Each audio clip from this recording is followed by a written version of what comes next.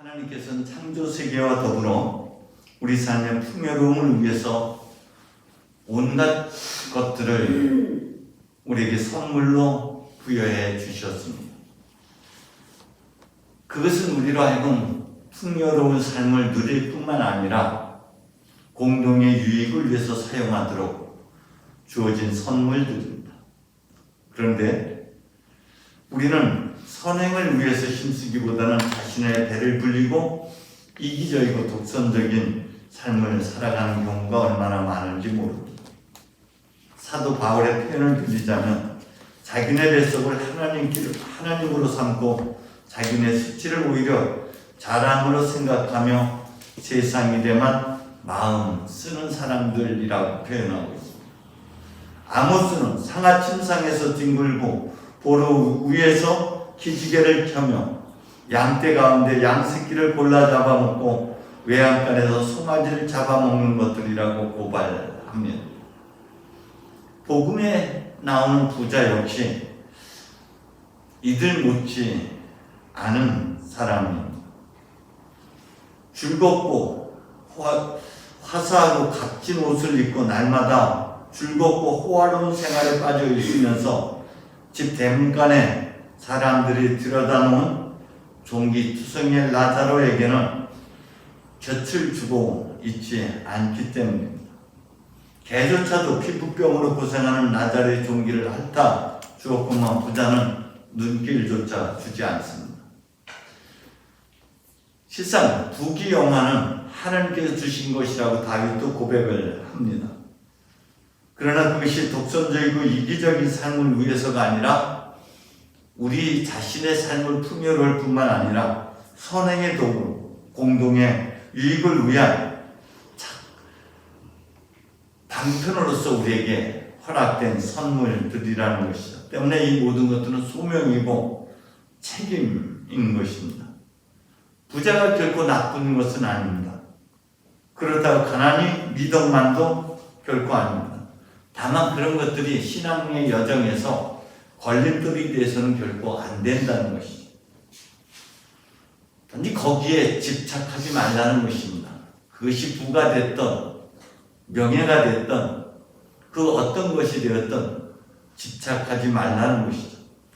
부자가 되려고 애쓰는 사람은 유혹에 빠지고 올감에 걸리고 어리석고 해로운 온갖 욕심에 사로잡혀 파멸의 구렁텅이에 빠지게 된다고 바울은 이야기합니다.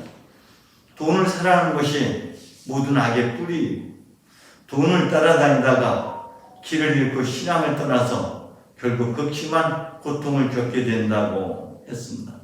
때문에 부귀에 희망을 두지 말고 하나님께 희망을 두라고 말씀하고 있습니다. 하나님은 우리에게 모든 것을 풍요롭게 풍성히 주셔서 즐기게 해주시는 분입니다. 이 모든 것들이 착한 일과 선행의 도구로서 우리에게 주어진 것들 때문에 책임과 의무라는 것 결코 잊어서는 안 될 것입니다. 주님도 재물이 많은 사람은 하늘나라에 들어가는 것이 얼마나 어려운지 모른다고 했습니다.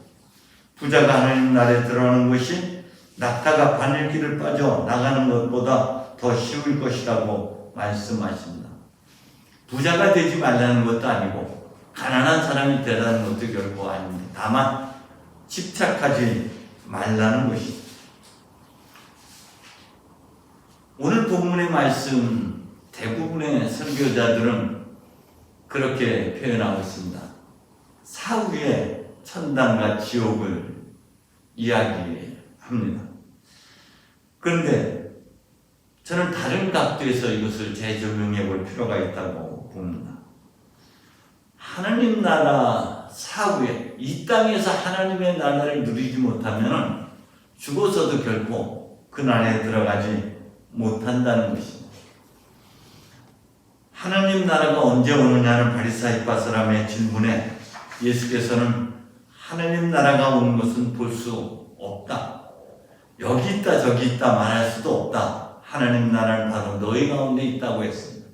때문에 우리의 삶 속에서 하나님의 나라를 누릴 수 있어야 되죠.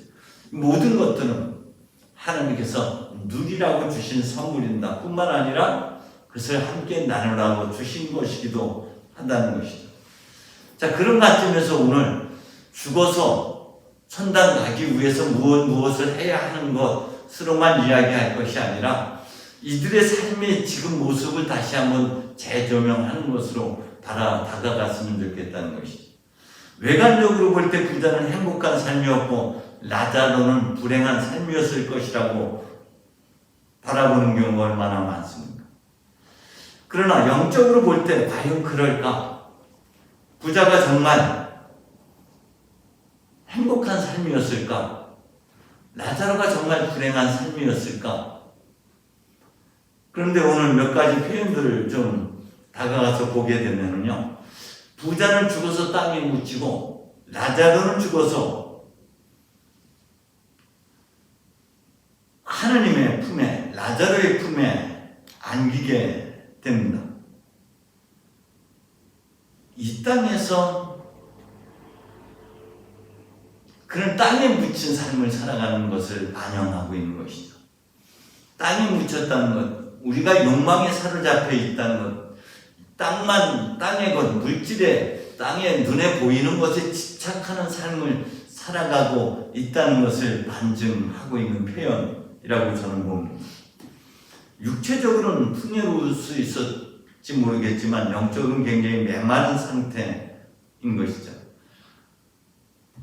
아브라함의 품에 안긴 라자로는 지금 위로를 받고 있는 것이죠. 그는 가난했지만 가난 자체가 그의 삶에 불편을 끼칠 수 있었지만 삶에 있어서 신앙의 여정에 있어서 결코 그것은 장애 요인이 되지 않았다고 볼 수가 있습니다.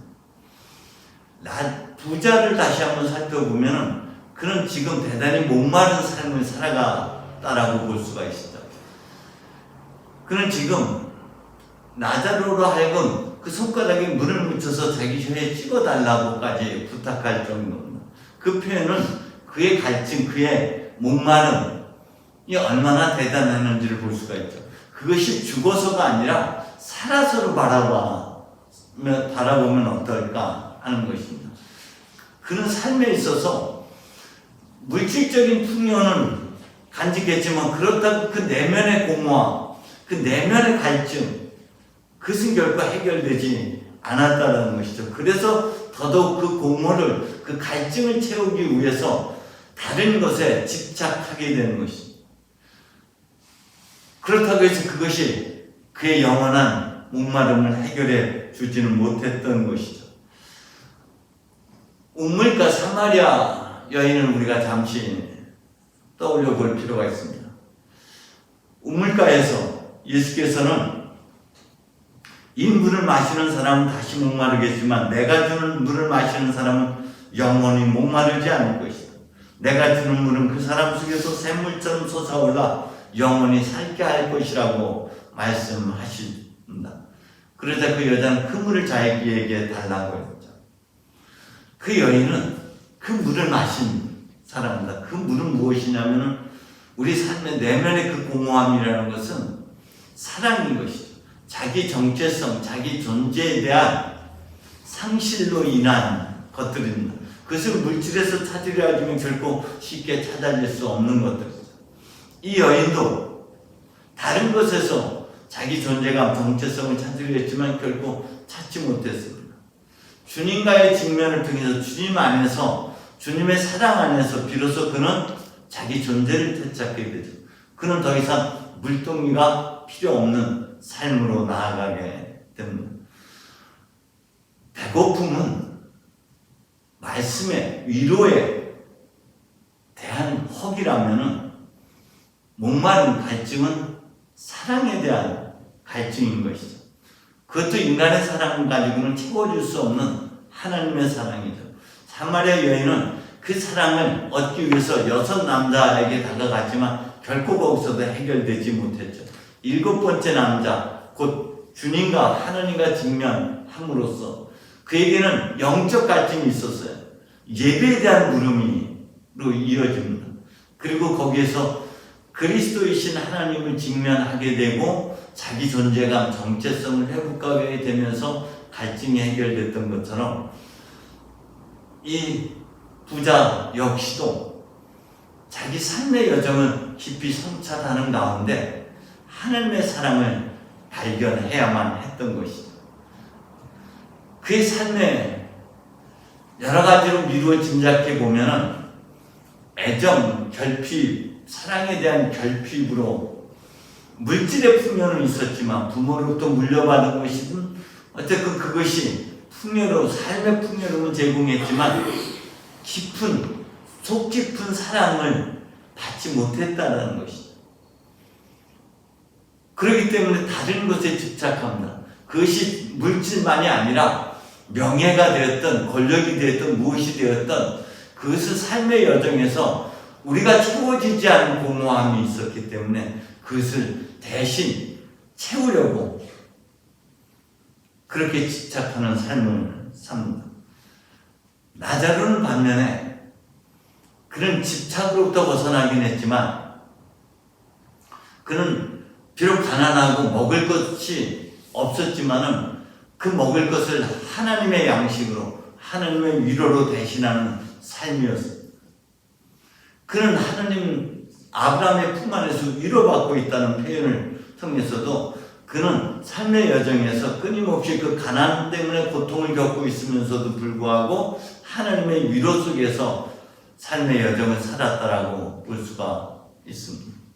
여러분, 우리가 변화하기 위해서 우리가 성서에 대한 지식이 없어서도 아닙니다. 단지 그리 하려고 노력을 해도 안 되는 부분이 있어요. 그것은 우리가 다시 한번 삶의 여정을 성찰하는 가운데 내가 무엇에 집착하고 있는지 그 집착의 뿌리가 무엇인지를 깊이 성찰해야만 됩니다. 그것이 주변의 관심이었는지 주변의 사랑이었는지 지지였는지 아니면 그것이 어떤 것이었든 우리가 깊이 성찰하는 가운데 그 상처의 뿌리를 우리가 직면해야만이 거기로부터 우리가 벗어날 수가 있어요. 그래야지 우리의 삶의 변화가 일어나는 것입니다. 우리의 의지적 노력 가지고 변화가 일어나는 것이 아니라 하나님과의 깊은 만남 속에서 그 내면의 공허와 그 내면의 상처들이 치유되어질 때 우리의 변화는 자연스럽게 일어날 수밖에 없는 것들이죠.